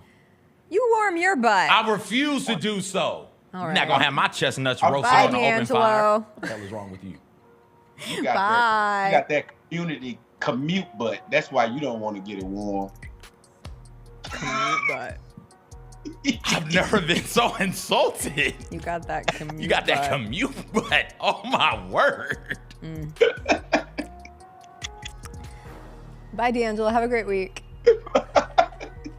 You know, when I say I never know what we'll talk with DeAngelo about, I didn't think I'd have to refresh my brain on the exact time frame that the dinosaurs walked this earth before humans. Sometimes I would really love like the question that, and Xavier posted it in the chat. Like, I love listening to scientists and like experts in religion and Christianity go back and forth on like, where did we come from? I find those conversations fascinating. Not me to have. I just know I wasn't riding a dinosaur. My great grandmother was not freaking Annie Oakley riding a T-Rex. How many BCs are there, right? Like how many before BC, before Common Era, before Christ? How many years existed before that? Because that's when we started keeping track, and it's about 300,000 years ago. Yeah. We weren't around. I think it is 300,000. Yeah, we weren't around. What a time. Yeah. What a time for neither of us to be around. What a time to not be alive. All right, we got to take a quick break. When we come back, USC football did something absolutely stupid with a Penn State fan over the weekend that we have to talk about. We'll also talk about the new Boston women's soccer team. The Victoria's Secret fashion show was back with a vengeance last night, and we'll have story time. It looks like, we have a tie. We have a tie. 32% of the vote, an equal split between everything isn't an emergency, lady, and my wife is making maids quit. Get your vote in. There are no ballot boxes for you guys to stuff and steal. So no, and we will not be counting them because I abide by Georgia rules, and we will not be counting them by hand after the vote is out. It sure is. All right, we'll take a break. We'll come back on the other side.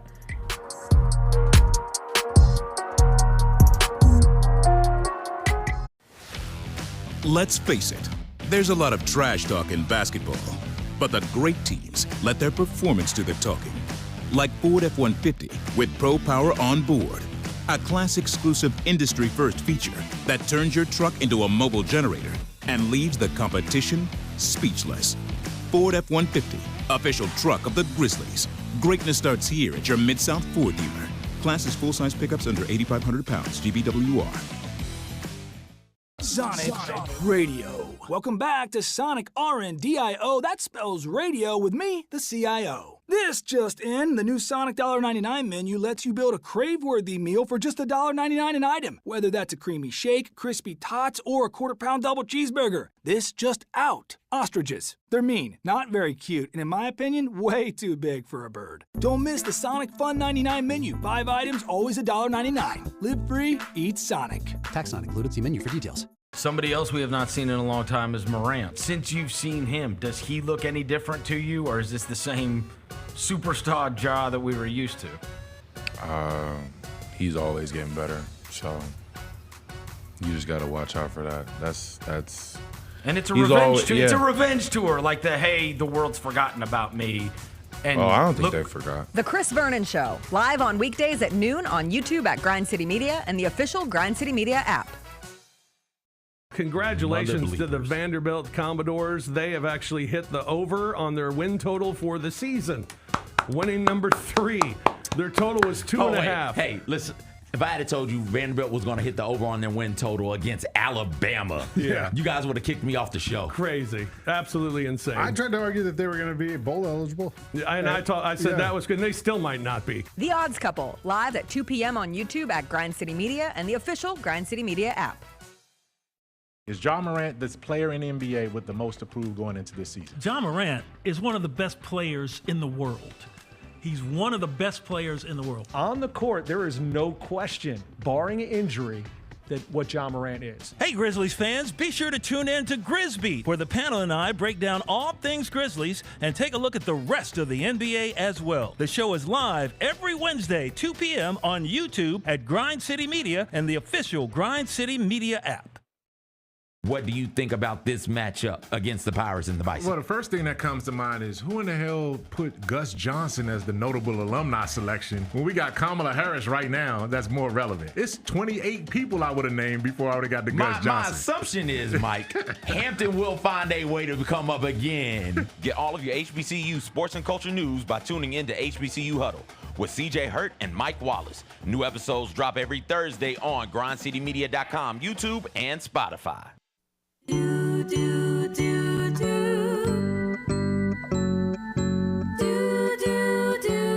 This is another JBS production. Twinkle, twinkle, rockabye. It's story time. Let's let it fly. The JB Show with CJ here to bring you tales that bring you cheer or fear or tears, whatever's here. Now hush you babies, listen up. It's story time. Let's get turned up.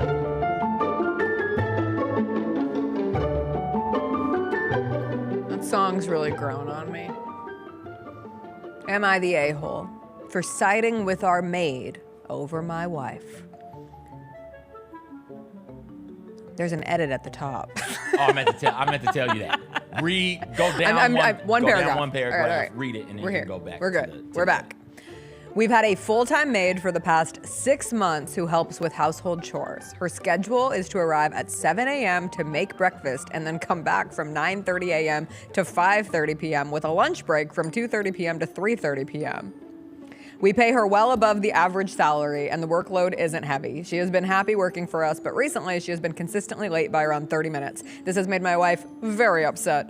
We've talked to her multiple times, and each time she promises not to be late, but it keeps happening. While it doesn't bother me much, it really infuriates my wife. Over the past month, my wife has started to find faults in everything she does and has been increasingly rude to her. She didn't fire her, but there was an incident where my wife got so angry that I had to apologize on her behalf. I also talked to my wife about it, but to no avail. Anyway, today the maid quit. She's not the first one to do it, and I just couldn't help but tell my wife that it was due to her behavior and that she shouldn't talk to anyone like this ever again. Now my wife is upset with me and accuses me of taking the side of a stranger over her. We just had a big fight about it, and it's really stressing me out. So, am I the a-hole?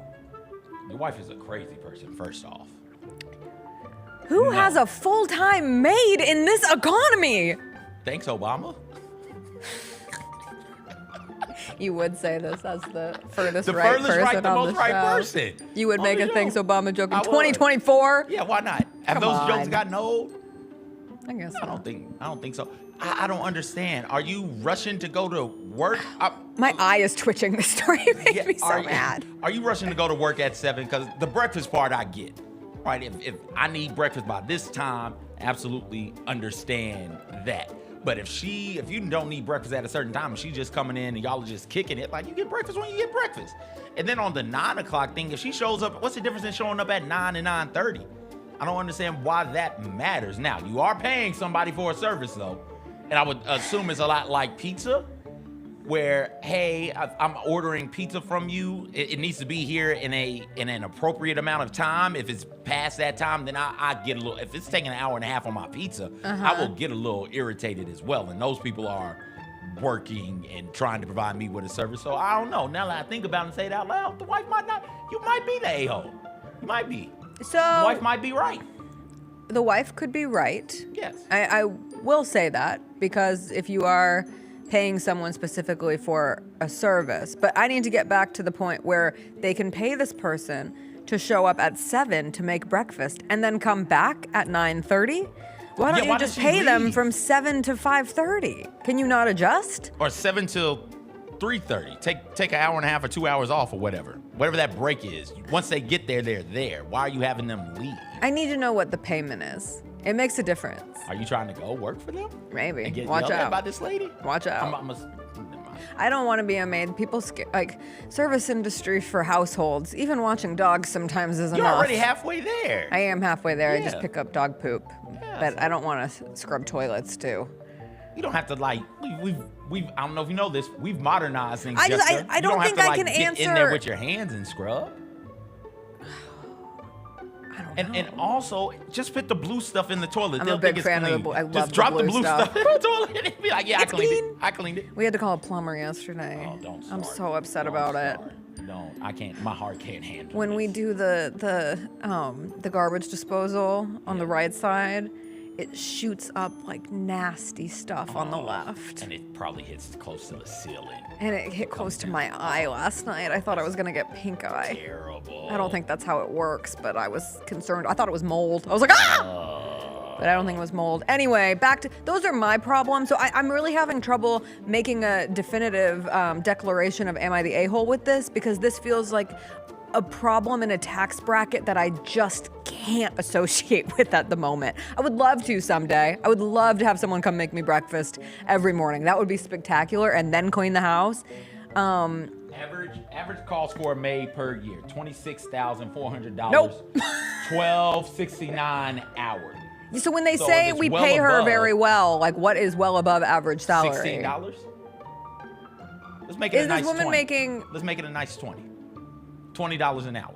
Okay, what's the yearly salary for hold on, that? let me Figure break out out the the math. calculator. But I do have to say, we've talked to her multiple times, and she promises to not be late. Eventually, if you, like, I have friends who are like this, but they're friends. I'm not paying them for a service. I'm just enjoying their friendship, a but it full drives me 8-hour day? I'm crazy. counting it as a full Absolutely, it's a full 8-hour day. It's more than an 8-hour day, because 9:30 to 5:30 is 8 hours, but she also arrives at 7 a.m. So I would make it a 10-hour day if we're being legitimate on this. All right.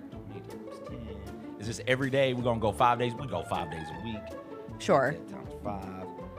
That's $1,000 a week times 4. That's $4,000 a month. Yes. Times 12. That's $48,000. Oh, that's lame. No. She can be as late as she wants. Pay better. If you are rich enough to afford full-time maid services like that, because she can't do anyone else. If she is your full-time maid, that's all she can do. She can't do another maid job.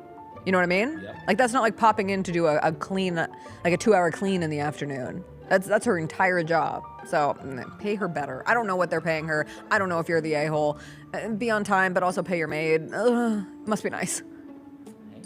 Also, what kind of maid is also making breakfast? That's like a personal assistant / maid / chef.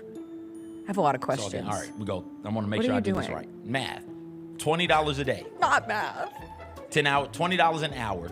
$10, 10 hours in a work day. So that's 200. Okay. Then we take that 200 times 5 days in the work week. That gets us to 1,000. It's 52 weeks in a year. 52,000. So I miscalculated. So Okay. 52,000. Still no? No. Okay. All right, let's move on. I can't decide. Undecided? Undecided. I'm siding with the wife. Wow. I'm sorry. She's got a point. Surprising. I'm paying you for a service. You Show know up what- on you know- time. you know what it is. Show up on time. Okay. I got you. That's fair. Sounds like the elevator's broken. Oh, Do you hear that? No one else can hear it, so I'm not going to talk about it. I hate when I do that. I'm so sorry. So sorry to bring you into our room of things that we can hear and you cannot. All right, let's do some WTF stories. This is my biggest WTF story of the week. Boston announced their new women's soccer team of the NWSL, and it is a mess. First of all, the team name is BOS Nation FC. BOS, like Boston. They're doing a play on Bostonian, BOS Nation. If you jumble all those letters around, they have a whole thing about it on their website. But BOS Nation FC. I don't love that. It gives me girl boss energy. But we could get away from the name of the team if it weren't for the rollout that also came along with BOS Nation FC. CJ, have you seen this rollout, or will this be your first time? Oh, I'm so excited. Let's roll the tape of how they announced their new team. We need audio. Okay. We need audio. Boston, the city of champions, a legacy filled with trophies, banners, rings, and balls. Old balls, new balls, steel balls, cold balls, even goat balls. What? Wait, what? Yeah, Boston loves its balls. But maybe there are too many balls in this town. So let's add a new chapter to our city's legacy. With new idols, new dreams, and a new league to cheer for, the National Women's Soccer League. For every person in every neighborhood across every square mile. This is our city, our new team, our new nation. We are BOS Nation, where anything is possible. No balls necessary. Well, I like it. I hate it. I like it. Too many balls. I don't think you could ever have too many balls. Okay, well, they're saying too many balls. And one, I hate it because it's inaccurate. The sport uses a ball. In other countries, we call it football. In America, we call it soccer. There's still a ball. Like, what are we doing here? It's cringy.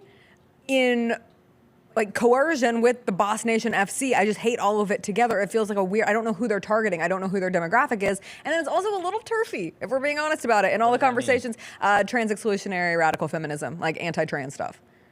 Like right now in the conversation of things, don't rub your temples like that. It is a very real thing in the conversation of women's sports. I just think it was tone deaf. What do you mean? I don't like this ad. Too many balls. Please. What do we? Yes. It's weird. What are it's a weird doing? ad. We can't make jokes about balls and being ballless I don't anymore. need jokes about balls in women's sports. Why not? They also already have they have a history of successful women's professional sports teams in Boston with various professional women's hockey teams that have existed, and most recently, the newest one of the new professional women's hockey league. Like they made it to the championship series this year, and they're pretending like there's been no women's sports in Boston ever. That's a little exclusionary. That's great. And listen, all these sports aren't created the same. They all aren't equal. The Cats aren't the same as the Titans in Nashville. Arena football isn't the same as real football. What are we talking about here? Everything has a hierarchy. And right now in women's sports, there's a big four in men's. In women's sports right now is a big two. It is NWSL and it's WNBA. So yeah, that happens. Sometimes you get ignored because you're not big enough sometimes. I don't get what we're doing here. Yeah. I don't know how this is being what's the phrase I gotta learn now? Turfy. Well, it's just turf. Okay. Like J.K. Rowling is a turf. Say the acronym. Trans exclusionary radical feminism. How did So it's people who- how did you get trans from Because anything right now- happening there? Because when you're saying too many balls, obviously it is a play on too many men. And within the context of women's sports and people feeling included in women's sports, and this is for a far-reaching conversation as it pertains to like what women feel safe to play in sports. And within women's professional sports leagues, like there are trans athletes and there are women who don't adapt to like binary gender conversations. I'm just saying, of all the things that you could roll with, you could have avoided this one. Like you didn't have, it just feels weird in 2024 to go with the too many balls, and they're getting crushed for it. Like there is a genuine push for them to take a step back and change it, both with BOS Nation and with the whole too many balls. They probably won't. They paid someone a whole lot of money to come up with that idea. I just think you could have come up with something better. Okay. That's all. I do not have a good enough grasp on what is going on, and specifically, well, with all of the LGBTQ people, and specifically though with the trans community, to fully grasp why cracking that sort of joke lends itself to being exclusionary to the trans community, right? People with testicles, people with balls aren't playing that sport, aren't they? Is that, am I being callous here? Maybe. Okay, but if you want to play women's soccer, if you want to play at that level, I would assume there's some sort of, okay, if you're transitioning, here are the things that you need to do. There are rules in place for where, that to like, work. hey, the testosterone level has got to be below a certain point. You need to be fully transitioned. That would be my guess as well. You have to be fully transitioned while you're playing.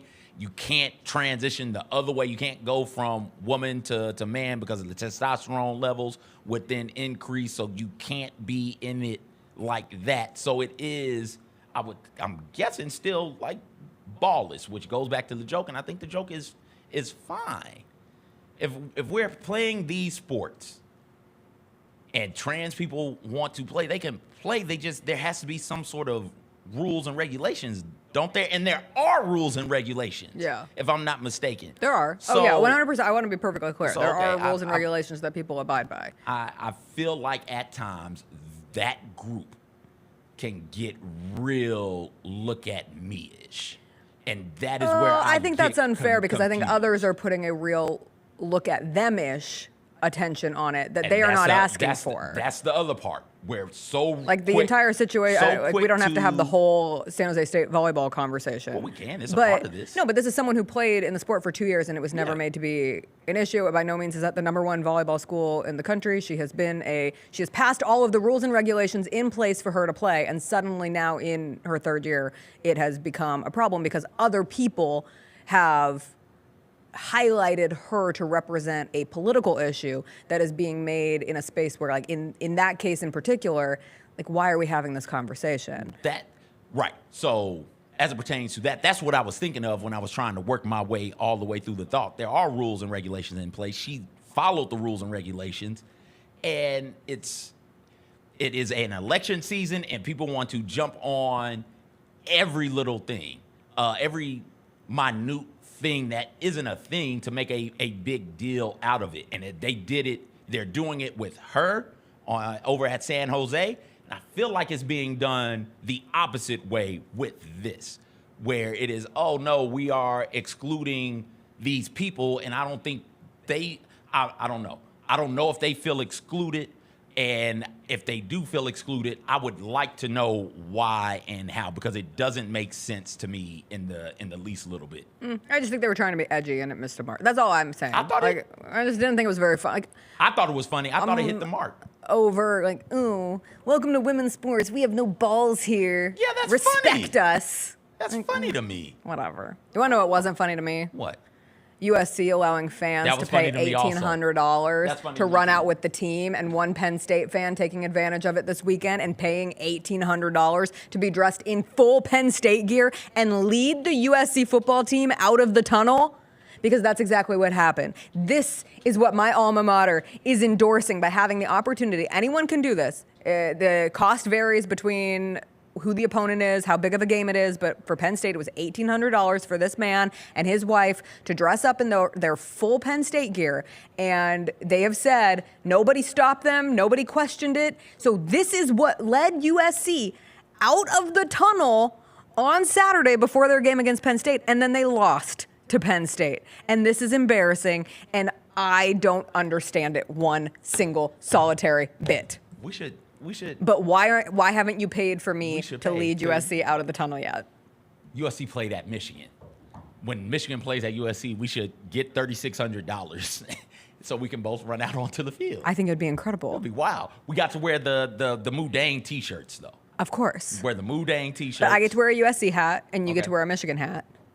I don't have a together we fly. I got a Ninja Turtle hat. We just run out there. I've always been too scared to, like, even when I used to work in local news, trying to film the run out for a team, because it feels like you're going to get trampled. Like, it feels like you were going to get... Throw the B-roll back up. They had a pretty good, like, lead out front. It's not like the wildebeest stampede in The Lion King where players are just running all over the place. No, they're way out front. And you get a good head start. They run out first, and then the players are behind. Like, my man isn't even running. Like, they're not even running. There's a slow little trot right there. The players are way in the back, though. So if we turn the camera, like, what are we doing? The players aren't even on the field what yet. What are we doing? Like, that's fine. Yeah, but come on. You can't have this. You can't. What are we trying to do? Raise money for the Lincoln Riley Memorial Fund? Make money. Like, his buyout is close to $88 million, I think. So every dollar counts. My friends who are my fellow Big Teners of Iowa people, Keith and Jalen, they're getting married in the spring, and I think I should buy this for them for next season. Like, whenever Iowa plays at USC, I think the best wedding gift in the world would be to buy the opportunity for my dear friends to run out with the USC football team. Yeah, they should. So dressing lame. all the Hawkeye stuff. So you gotta, lame. Listen, you gotta make money, Jessica. That's what we're in the business. These schools ain't gonna pay those college students themselves. Those schools aren't gonna pay those professional football players themselves. They need fans to do it. So if you want to pay USC $1,800 and you're an opposing team's fan and run out with them, knock yourself out. They'll take the money. How else are they gonna be able to afford bigger, better linemen? Those poor linebackers are tired of getting hit. Them, and the meals to feed these linemen, to beef them up and make them a little bit stronger. So yeah, you need all of the Hawkeye Nation to be running out there. Grab the sick-ass children from the hospital. Make them run out, too. Wheel them out in the wheelchair. I'm sorry, but this just feels like a poor people move. Yes. And USC is not a poor people program. That's all of these schools are feigning poverty right now. Poverty program. Tennessee with the tax on the tickets, right? Like this. That's what college athletic departments are doing right now. Just have them make cameos like the good old days. Like, just pop up a cameo. You're gonna be strolling through the Grove or near Toomer's Corner in Auburn, Alabama. You're gonna look up and there's gonna be a bake sale to try and raise money for the needy athletic department at these schools because they don't want to pay the players. They want you, the fan, to pay the players. So if that's what you want to do, at least here, as opposed to Tennessee, at least here you get to do something kind of cool, run on the field. Well, I feel like it's going to be a Make-A-Wish season the rest of the way for USC. Do you see we lost two of our best defenders? Well, we lost our best defensive end. What happened and we lost our best linebacker. He got hurt. The linebacker, Eric Gentry, he's had too many concussions, so he's redshirting this year. It's all starting. Yeah. It's really disappointing. Yeah, well, that's what happens when you're not used to hitting. I don't know what to tell you. All right. This ain't Arizona you playing, baby. It's Minnesota. You in Minnesota now. We in Minnesota now. He's in New York now. God bless it. Before we go, did you know the Victoria's Secret fashion show was back? I've no clue about any of this. The Victoria's Secret fashion show is back. When did it leave? It took a 6-year hiatus. Oh, why? It was part of the Me Too stuff. Their chief marketing officer was fired after he made comments that plus-size models shouldn't be involved because nobody wants to see them because it's a fantasy. Whoa. And he also made comments that there shouldn't be trans models. So I'm going all the way left on today's show. My deepest apologies. I did not mean to be extra woke. This person was being a jackass. They were like, okay, we can't find a non-jackass to run this? Well, I think it became what's the purpose of Victoria's Secret's fashion show anymore? What's the purpose sexy bodies? Exactly. And I want to be clear. Sexy bodies come in all shapes and sizes. That's what I want to be clear. What are we doing am here? pro showing sexy bodies. I am pro the fashion show because these women look incredible. But my God, we reverted 98% back to these women are so damn skinny. I could not take my eyes off them. Gorgeous. The show closed with Bella Hadid and it closed with Cher, so you know I was into it. I didn't even know this was going on, and then suddenly Cher, because my algorithm knows that I will lap up any Cher content available, and she did a 2-song performance. She did Strong Enough and Believe, and Bella Hadid closed out the show to Cher singing Believe, and Cher looked amazing. Cher's 78 years old and killed it. She is my mother. She is mothering forever and always. Look at her. She's with her boyfriend. He's a little younger. Hey, go on. He's player. He's 38. Go people ahead, are like, player. Cher's 40-year junior boyfriend. I'm like, he's 38 years old. He's a grown-ass man. Like, we don't have to do this. Just because she's 78, 40-year difference, that's 38. That's old. He's not 28. He's not 18. Yeah. That would be legal. But she's just living her best life. She has blonde hair now. She looks phenomenal. But anyway, as I was watching the clips of all of these models, I was like, you're all skinny again. There were like two, there were more than two. But the main one that you always see is Ashley Graham, who was there. She's a famous plus size model. And then there were a handful of others, but like they were buried in the back. And the rest, when they came out at the end, was like beauty standards. Like I reverted back to middle school. And I was like, ooh, if I go on that green tea diet, I can be this skinny someday. Okay. It happens. At a certain point, we all know what the game is. You got to rewire your brain, man, to be like, okay, yes, those models I think beautiful, but I am beautiful also. Like that's how you got to, you can't, listen, man, you've made me like come all the way around on this show, and it's terrible. I feel bad about the things I'm saying sometimes, but I'm gonna say them anyways, because F it. Like at a certain point, you know, you can't keep blaming other people for how you feel. Like, it's your feelings. You're in control of how you feel about you. Like, you've got to be able to look at some of this stuff and say, okay, doing the things necessary to be that skinny would not be a healthy decision for me. I've got to be the most healthy I can be, and I've got to love myself in the form that I'm in. So, like, if they it's a lot easier for adults to do that. Because I thought the same thing watching. I was like, oh, these women look great. This is wonderful. My body's never going to look like that. Like, we got to be able to grab children then. Yeah, but I don't know how you do it. Girls. Yeah, I don't know how you do it. It's not. I know it's not the same. I don't know why it's not the same.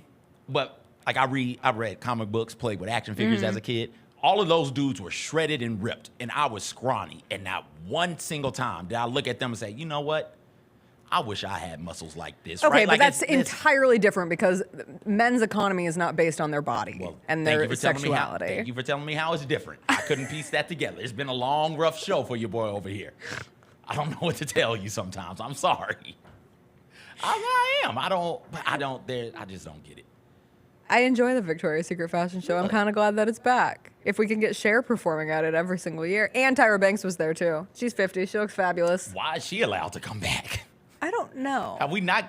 It felt like we were trying to get Tyra up out of here for a while. No, that's the thing. I mean, Tyra's been, a massive part of the modeling industry for decades and decades. And I don't think she had walked since like 2005. So it was a big comeback. They made a big thing of this and bringing it back. But it's funny because in making a big thing of it last night, I had no idea that it was happening.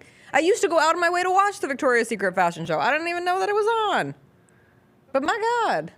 Anyway. You can be hot. Just show. And my other thing, one more, because if we're gonna go really back and forth on this with the Victoria's Secret fashion show, we got nothing else to do. But beautiful bodies come in all shapes and sizes. It always feels like it's either like the skinniest of the skinny or like full plus size. There's a lot of people in the middle. Show some of those. Like, why can't we just have a variety? Diversity isn't. People love different people. Diversity isn't just a color thing, right? It's also a build, shape, height thing as well. I'm with you on that, right? Like, you don't have to be super duper plus. You don't have to be super duper skinny. You can though. You absolutely can have those. Exactly. But you need a variety of body shapes, types, all of that stuff in there. I'm down with that. I can get behind that. Me too. Yeah. Let's bring more. Yeah. Anything else you want to yell about today? Cranky McCrankerpants? Can you imagine? You got your wife is on fall break. Let her chill. Give her a break. Don't go home today. Can you imagine sitting down at your house and your Roomba is just running around calling you the N-word? No, I can't. That's what happened to the EcoVac. I thought you were going to say that's what happened to you. No, I don't. For this very reason, I don't have these types of electronics. EcoVac, I think that's the name of them. They got hacked. And so this happened across the United States. You will be sitting there, your vacuum, which is basically like a Roomba type thing, but I want to say Roomba because EcoVac's got the problem right now.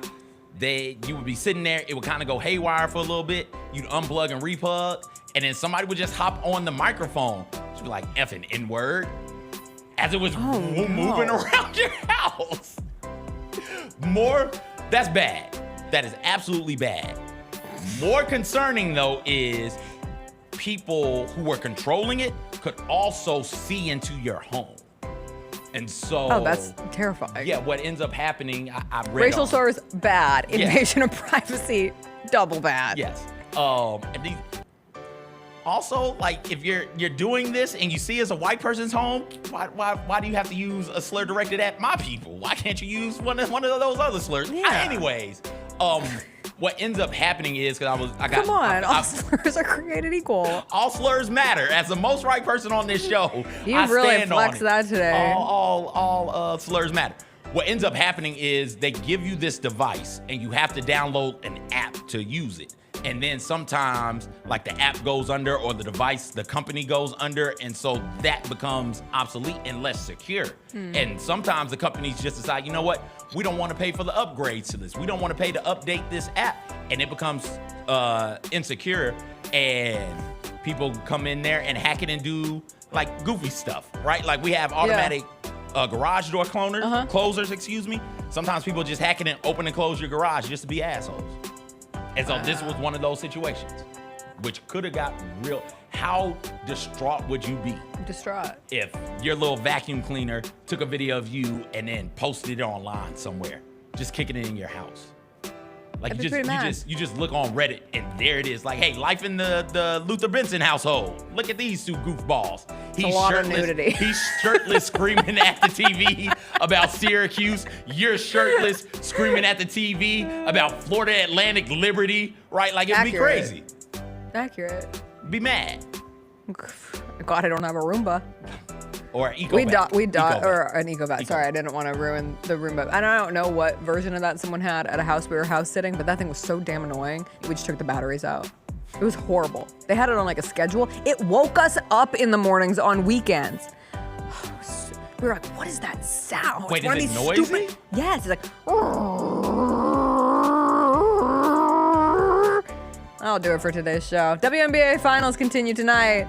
Game 3, Liberty Lynx. We'll be back tomorrow to talk about it. We'll have Teresa Walker on. It'll be Thursday Night Football. We'll continue to make it through the week. What glorious college football game do we have tonight? Please hold. One moment. The game One moment. Florida International UTEP, 2-4 FIU, 0-6 UTEP. Will the Miners get? I'm sorry, if you don't want to watch that, you can watch Western Kentucky at Sam Houston. Western Kentucky, go Big Red.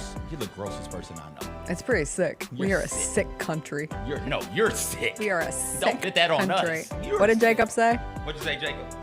He bet on both. He's with me. Oh, he's sick also. He's with her. He's with her. We'll be back tomorrow. Bye. You disgust me. Can you go like eat a Snickers? I don't know.